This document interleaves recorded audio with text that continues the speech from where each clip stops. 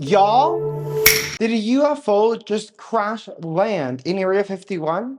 According to 8 News Now Las Vegas, the answer is yes. In an event that could be just as big as the previous Las Vegas UFO incident, with Angel Kenmore and his family seeing a ship crash land and creatures come out in his backyard. This time we have it happening in Area 51, and there were witnesses and, of course, video evidence. People go to find out what's going on and do a little research, and they're not allowed in. I mean, for obvious reasons, you're never really allowed into Area 51. But this is even stranger because they want to give no answers. And according to 8 News Now and George Knapp, the FBI is investigating. So to me, it looks like there's another cover-up underway. But I want you to check out their report and let me know your thoughts in the comments below. Take a look. The 8 News Now investigators telling you for several weeks now about a mysterious object of unknown origin that fell from the sky and crashed just near Area 51. And tonight, the public is still in the dark. So that crash was quickly covered up, both literally and figuratively. 8 News Now Chief Investigator George Knapp thinks the official story, as told by the military, is false. And we are lucky because George joins us here in the studio with more on what he's now dug up. George? Well, how quickly might the government respond to a crash of an unknown object? What happened back on September 23rd on public land outside the boundary of Area 51 is a textbook example of how crash retrievals work. And to no one's surprise, pretty much everything told to the public since then is pure fiction. You can see this in F-18. Scanners and computers inside this room listen to and record radio traffic inside Area 51 round the clock. On the morning of September 23rd, York Arnu heard some astonishing news. Had my cup of coffee and I'm listening to Area 51 security, and all of a sudden they get very serious. Locked down the base. Arnu learned there'd been a large but totally secret air operation in the middle of the night and that something had gone wrong.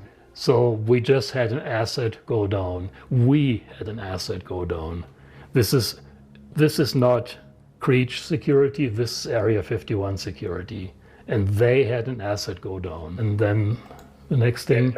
Yeah, clear. Also, short be advised, it's a UAV, unmanned aircraft with ordnance. He picked up details about strict security measures which were implemented almost immediately. Not only was Area 51 itself locked down, but within a very short time, so too was a large swath of the Tickaboo Valley. It became clear that some kind of craft had crashed miles outside of Area 51's boundaries on public land adjacent to Highway 375, also known as the ET Highway. Arnu jumped in his truck and headed south from his home in Rachel. But while driving on what's known as Mailbox Road, he ran into an armed patrol. They had the gun in front of them, not pointed at me, but very visibly in front of them. And it was clear they meant business. He backtracked and headed south on the ET Highway to Groom Lake Road, the main entrance to the base. It, too, was blocked off by sheriff's deputies and military security. A military helicopter with an attached basket was sitting there, presumably ready to haul out wreckage of something. A pair of porta-potties suggested the team planned to be there for a while. Almost the entire Tickaboo Valley was shut down. At the Little Ailey Inn in Rachel, employees were in the dark about a crash, but saw the beefed-up security at closed-off roads and knew something big was unfolding.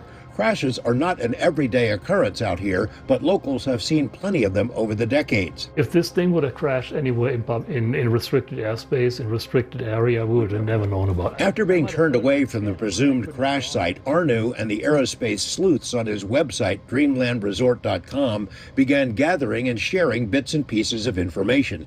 The FAA had ordered the closure of airspace over a particular spot in the valley. That was a big clue. Then 4 days after the crash, the security teams vanished. Arnu went back out for a look. The Air Force had used heavy equipment to plow a dirt road across a section of desert. Arnu followed it and found what he thought was the crash site, then shared it online. That's when things got strange, even by Area 51 standards. A second wave of cleanup crews descended on the site, presumably to pick up any remaining debris, but they also used graders to cover the entire area with a thick layer of dirt, literally a cover-up. Creech Air Force Base, which is home to a fleet of Reaper drones and other UAVs, issued a statement explaining that the, quote, unmanned aircraft was one of theirs. The same statement claimed someone had been tampering with the crash site and had scattered assorted pieces from other aircraft, along with an inert training bomb. The Air Force said the FBI was investigating this alleged tampering at the site. Arnu was amused but not convinced. The only thing they could get that person for is littering on public land. That's the story, is it came from Creech and now the FBI is investigating. You think that's bogus? That's absolutely bogus. I think that was designed to make people not go there. Arnu drove back out and realized the site he first videotaped was a staging area, not the crash site. 200 yards away, the telltale burn marks on Joshua trees indicated this was where the object slammed into the earth.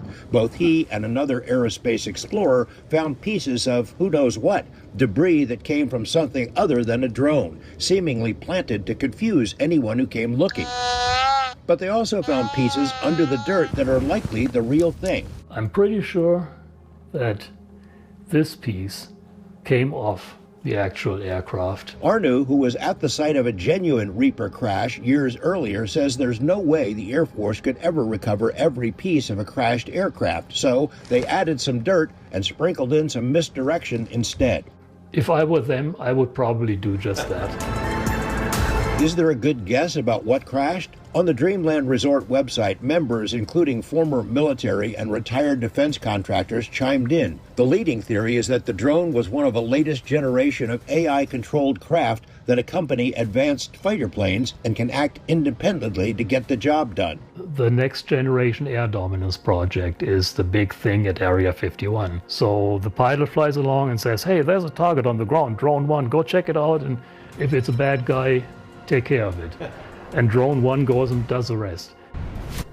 If the military wants to keep a secret about strange things that fall out of the sky, they have many tools at their disposal. Lock down the base, seal off the public land, put out a cover story, sprinkle some disinformation over the whole thing. Arnu says the middle-of-night operation that ended with the crash is one of the biggest he's ever heard of, nicknamed Black Flag. He has a good idea which hangar at the Area 51 base houses the unknown drones, but is not willing to say more. It is, after all, almost 3 years to the day since FBI agents kicked in the door of his home and carted away his computers and cameras. No charges have ever been filed. Back to you.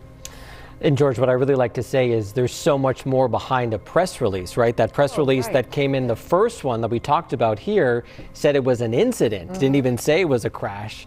Didn't even say what it was. So there, really shows you how investigative reporting can go a long way. Like X-Files right in our own backyard. And George wants to take Denise and I out there on a bus tour, so we are thinking about Sign us up. So there we have it, another possible UFO crash landing in Nevada. This time not Vegas. Even stranger, this time it's Area 51. And with some of the information that's been coming out and our disclosure committee trying to get information, I think it's very strange that things are still being kept under wrap and so easily covered up. Guys, I want to hear your thoughts in the comments below, and I hope you enjoyed this video. Smash like, and I'll see you in the next one.